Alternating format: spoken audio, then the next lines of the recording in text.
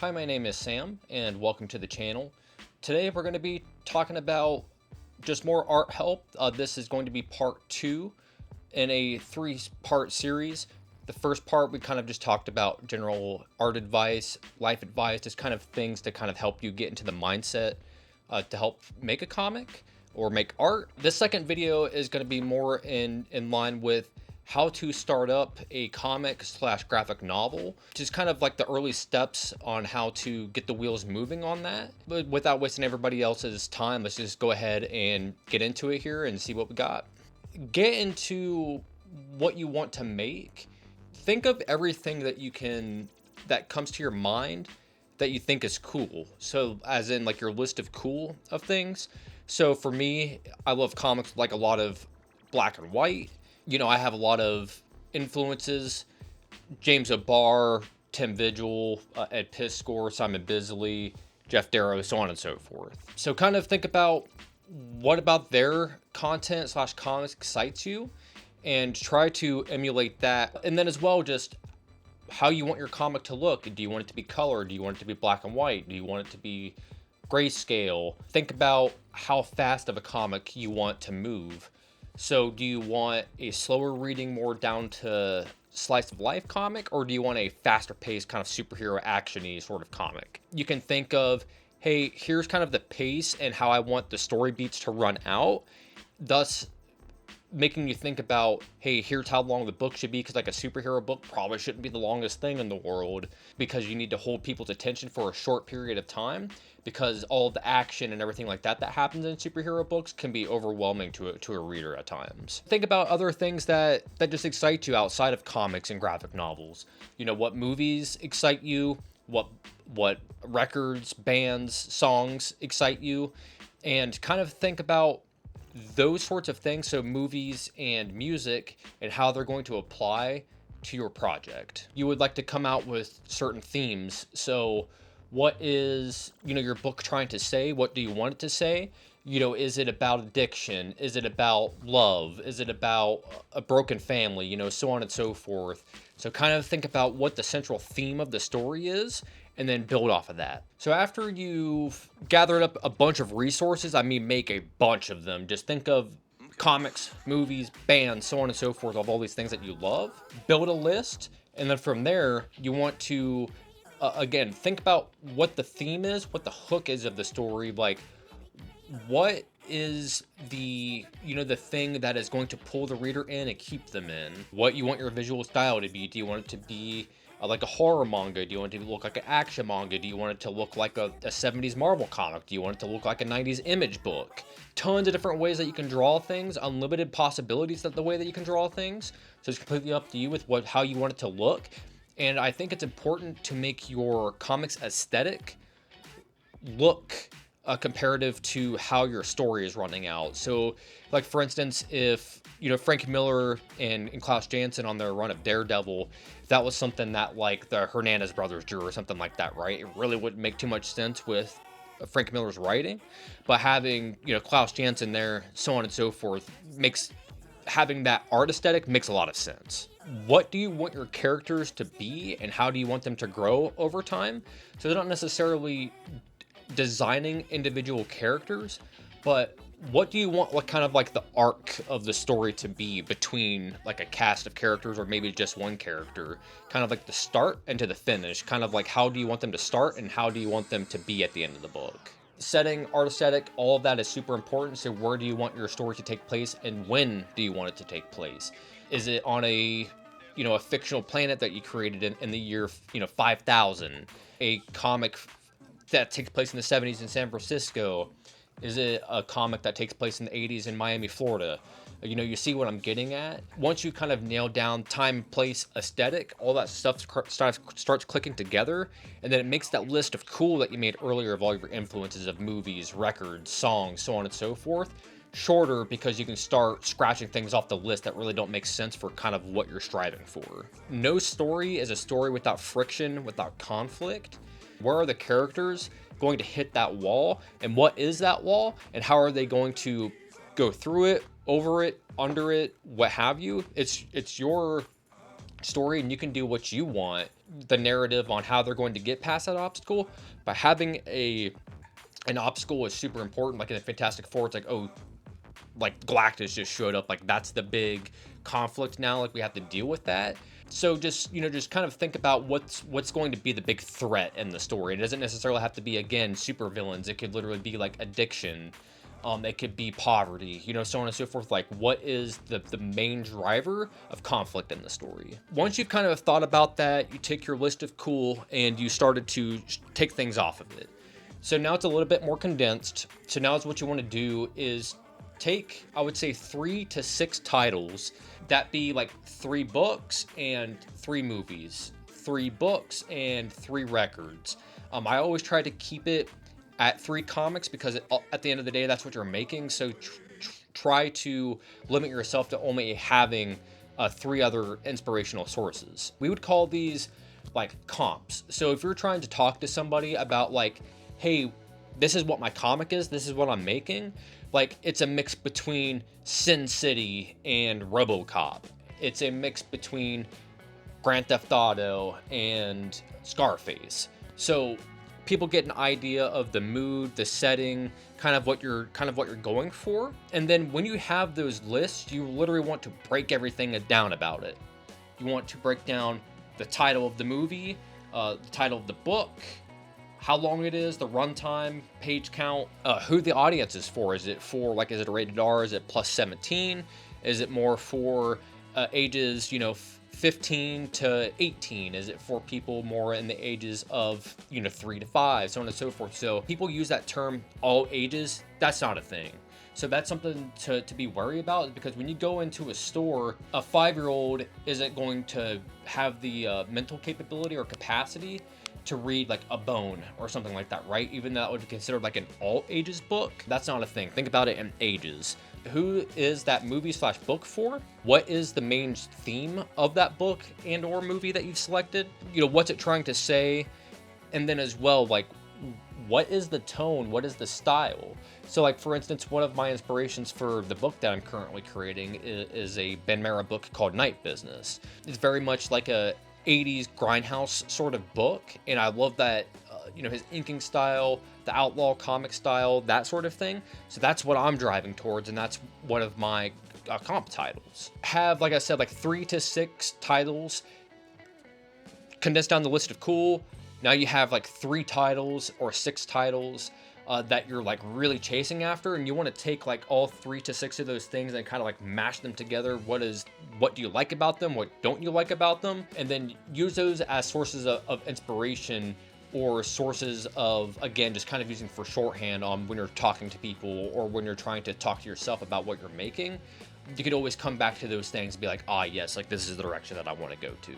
So once you have that list of things condensed, so you have your 3 to 6 comp titles, read them, watch them consistently, and kind of soak in that. Like I said, like listen to records that have that same feel, soak in all of that information and be a sponge. And then now, again, you want to think about like, what do I actually want this comic to look like? The actual rendering of the comic.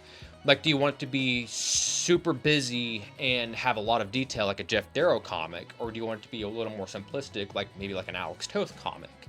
Completely different ways to render things, completely different ways to ink things, completely different ways to color things. So think about, those artists that were back on your list of cool, and try to pinpoint like the kind of thing that fits with, again, your comp titles that you've condensed down. And then from there, like, you want to think about, hey, I know what I'm going to make here. I kind of have an idea of how many pages this thing is going to be now. You have to think in your head like what you're making, right? Like you have a general idea of what you're going to be doing, how long you want it to be. Do you want it to be like a 20-page issue? Do you want it to be like a double issue, like 48 pages? Or do you want it to be like a 120-page graphic novel? So you want to think to yourself like what your actual commitment is going to be to your project. Like, you're only going to be working on it like part-time, so that's going to be, I would say like 10 hours or less a week roughly, or you're going to be doing it full-time, which is going to be, I would say, 40 hours plus. That's like right around the range that I'm working is full time on top of a other full time job. So that's the thing that you have to realize is that nobody's making money in comics unless you're Robert Kirkman. So you have to be realistic with yourself. You're probably going to be doing work on top of the comic, and the comics are a lot of work. So you have to put yourself in that mental space that you're going to be tired, but you have to get it done. So with that being said, brings me to the next point. Deadlines. When do you want the thing to be done? You have to, hold yourself accountable, because if you never think to yourself, hey, this is what I want to do, this is what I'm going to do, this is what I'm going to have it done, and then put it out there in the universe as well, so that way other people can hold you accountable, because it's never going to get done otherwise. Like, it's going to sit there, you're going to keep working on a page for 8 days in a row, just detail. The thing with comics is it's not perfect, but it's finished. And finishing a comic is the hardest thing that you will do in comics. So getting over that hurdle and just getting the damn thing done is the most important thing to remember. All right, so you thought about your rendering, how you want your comic to actually look. You thought about your commitment level, how long you're going to be working on this for, and in the period of time that you want to have this thing turned around. Once you have all those things, you want to start thinking about just basic titles. Just write down a bunch of them, just literally unlimited. As they come to you, just write them down. And then as you're working out through your story, obviously you can have a working title, and then eventually you'll come to a point to where you'll probably need to label the thing, so on and so forth, and try to get it done. But you just want to get a bunch of title ideas down that makes sense for your book. Once you are working on the book and you kind of are starting to get to that point of the design phase and things like that, you probably want to have a finalized name, so that way you can make graphics and logos and all that sorts of stuff for your book. And then again, you can see that there's a lot of repetition here, and this is because you want to be for certain what you are making, so that way when you're sitting down at your drawing desk, that's what you are doing. You're drawing. You're not worrying about this stuff. You're not lost. You're not spending another 5 to 10 days of research to figure out something. So again, what's your hook? What is going to hold people in? And has that changed at all after you've gone through your list of cool, after you've gone through your comp titles, and you've started to kind of think about your book on a deeper level? Does that original hook make any sense, or did it change? Get that solidified. Format. Who's it for? How's it getting released? Is it going to be an 18 plus adults only? Is it going to be for ages, 10 to 15, so on and so forth? Do you want it to be like a standard floppy copy? Do you want it to be a hard cover? Do you want it to be a soft cover? Do you want it to be magazine size? Do you want it to be digest size? Do you want it, do you want it to be a mini comic? There's a million different ways that you can make a comic. It's completely up to you and how you want to do it. It's important that you get this nailed down, because that's going to determine the sizing and whatnot that you're going to be drawing in, and then as well that when you're going to be editing it later on in Photoshop, the things that you need to be worried about is sizing, especially when you get, again, to printing and all that kind of stuff. So now you want to determine your genre, like what it actually is. Is it, is it adult fantasy? Is it going to be an educational comic? Is it a slice of life sort of comic? Is it an underground comic, an outlaw comic, superhero? You want to get down your tone. So that comes down to as well your aesthetic and your dialogue kind of meshing together. Like, you want it to be dark and gritty with your art aesthetic, so you kind of want that to come out in the language as well, using expletives, using slang, that kind of thing. How do you want your book to feel? Like, are they cute animals kind of talking to each other? So you want to use more dialogue that's going to be more friendly to kids and that sort of thing. So that really comes down to your dialogue and your art kind of meshing together, and what the actual tone of your book is going to be. Okay, so now you have all that stuff kind of condensed down. Now you're going to start getting into the phase of actually writing your story and getting generalization of what it is. So think about your comp titles. Again, those 3 to 6 things that you wrote down earlier, and what excites you about them, narratively, why do you like them, and what is important to you to get across in your story. Like, again, is it about addiction? Is it about a kid overcoming cancer, so on and so forth? Like, what do you want the overall story to be? And just kind of break it down into 3 to 4 paragraphs of kind of hey, here's what the story's about, here's kind of how it plays out, and that's all you really need to do. And you want to have a hanger at the end like if they're playing against a clock on something, right? It's like, hey, time's ticking. Are they going to be able to overcome the problem in time before before the time runs out? So that's kind of just like a short little period on your, like a 1 sentence period on those on those 3 to 4 paragraphs that you wrote out, kind of about the generalization of the story and how you want it to be. So that way it's kind of like think of it as like a tagline to your book. So once you've thought about all of this stuff, the aesthetic, the format, how you want to get all of this stuff done, you need to start thinking about how, again, you're going to be publishing this. Like, are you going to be pitching it to a company? Are you going to be self-publishing it? Is this something that you're going to be putting up on Webtoon? So again, that's going to matter with formatting and how you want to get things out there and all that kind of stuff. So you want to take like those 3 to 4 paragraphs that you wrote about your story, and you kind of want to turn that into, think of it like again, like a pitch, like you're talking to somebody, like you're trying to get them to read the book.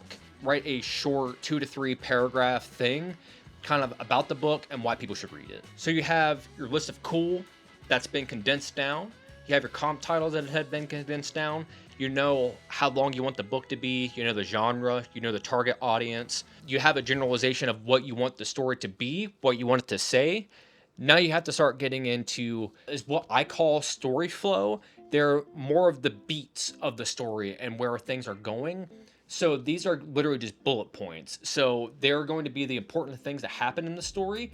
And then for me is what I do is I will visualize the story in my head and just kind of write as I go, making bold bullet points on, again, the important moments that happen in the book. I will take that and write dialogue for each individual, basically like scene. You can look at it that way. For instance, say the book takes place in Japan. You have a shot of Mount Fuji, like an established shot. Give people, time and place, why we're in Japan, why it takes place in Japan. Boom, that's a bullet point. Another bullet point, introduction of your main character, showing them being in a certain situation, whatever. That's a bullet point. Next bullet point. Just kind of literally just think about the beats in your story and write them down. And I will also use the story flow section as a way for me to write out my dialogue, because like I said, I will go bullet point to bullet point, and I will write out that dialogue. And while I'm writing out my dialogue, because of my bullet points, while I'm doing this, I have an idea of like, okay, this is going to take up this many pages, this is going to take up this much space. So that way, when I'm writing out a script or what have you, you can see it's like I have my book here, and I have it wrote down to where, hey, here are the characters that are in the story, and then I have it wrote down to time and place, kind of like a movie script. That's the way that I write a script out. It's literally like a movie script. It's just dialogue. Scene takes place here, dialogue. Scene takes place here, dialogue. Again, you can see like end scene, and then now we're going into scene 2, and then that's literally just how I write everything out. Once I have all that stuff kind of condensed down into just basic dialogue for, again, those individual story beats that you've already slapped down, I will take that, dump it into my computer, and then I will print that and then kind of make fine edits to the dialogue as I go along. So that way everything is all hunky-dory before you start going into is what I would call your thumbnail stage. All right, so for me, when it comes to thumbnailing, people have their own philosophies on how they thumbnail. Some people, the name comes from short, fast drawings that are literally the size of your thumbnail. So think of a whole page that's literally like an inch by inch. Sorry, like 3 inches by 3 inches, maybe like an inch by inch is a little small, but that's a full page. And then you're filling in like just basic shapes for your panels where you want your characters to be, so on and so forth. And you just lay that down. For me is what I do. I take a smaller notebook.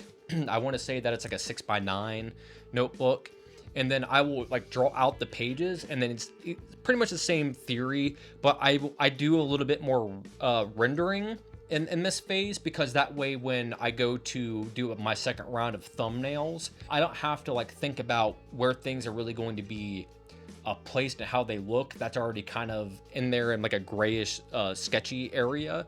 Thumbnailing is super important, and I will show you guys like this. For instance, this is a splash page for the upcoming comic, and again, just short fast, sketchy sorts of things. And then this is literally just a page of like how I wanted it to look at the end. And then you can see here, it's like here I started on one and I rejected it. So that's what you're doing with thumbnails, is you're refining your pages. So when you go to refine, and you're actually sitting down at the desk, you have your script done, you have your thumbnails done, you can just knock out your pages and go. But I think that's probably where we're gonna wrap it up today. I think I've given you guys a bunch of information. And again, it's completely up to you with how you do these things. And it's up to you to actually get the book done and finished. So is what I recommend to do if you already missed it. Go back, watch the first video. It's a good source of inspiration. I give a lot of tips and ideas on what you can do for yourself to keep yourself motivated to make comics. Keep your head down, keep making pages. The hard work, it will pay off. You just have to stay on top of it and keep doing it. And then at some point, you'll feel yourself like you can just knock out pages. You can just keep making more comics, and then you'll feel yourself leveling up. And at the end of the day, that's what's the most important thing about making art and doing art. It's for yourself and bettering yourself. And trust me, making a comic and making those pages and actually seeing that comic in print, it's the best feeling in the world. And I want everybody to have that same feeling that I did when I got my first comic back. Just keep on the grind, and I'll see you in part 3. Thanks for hanging out and talking comics. I'll see you guys in part 3. Peace.